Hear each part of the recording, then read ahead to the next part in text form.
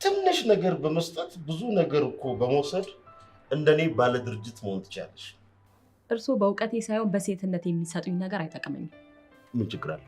እኔም እርሶም ባለ ትዳር ነን። እርሶም ለሚስቶት እኔም ለባሌ ታማኝ መሆን አለብን። መውደድ እኮ ጸጋ ነው። ደግሞ እንዳንቺ አይነቷን ቆንጆ በመውደዴ ደግሞ አልኮነንም። እኔን እንደሚያባብሉኝ ሌላ ሴት የማባበል ልምድ ባይኖሮት ኖሮ በትዳሮት ላይ ባልወሰለቱ ነበር።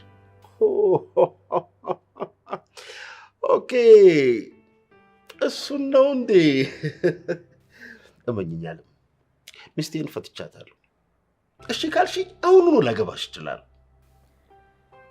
የእሷ ታሪክ ነገ እኔ ላይ እንደማይደገም ነው ዋስትና አለኝ። አይዞሽ፣ ስጋትሽ ይሄ ከሆነ እመኝኝ፣ ምንም አይነት ነገር አይደርስብሽም።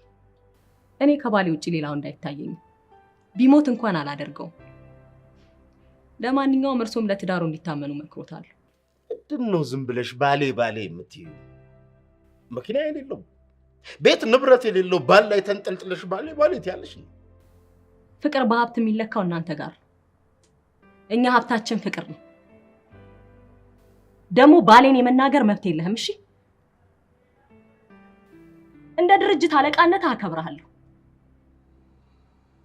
እንጂ የማህበራዊ ህይወት ላይ ገብተህ የመናገር ምንም መብት የለህም።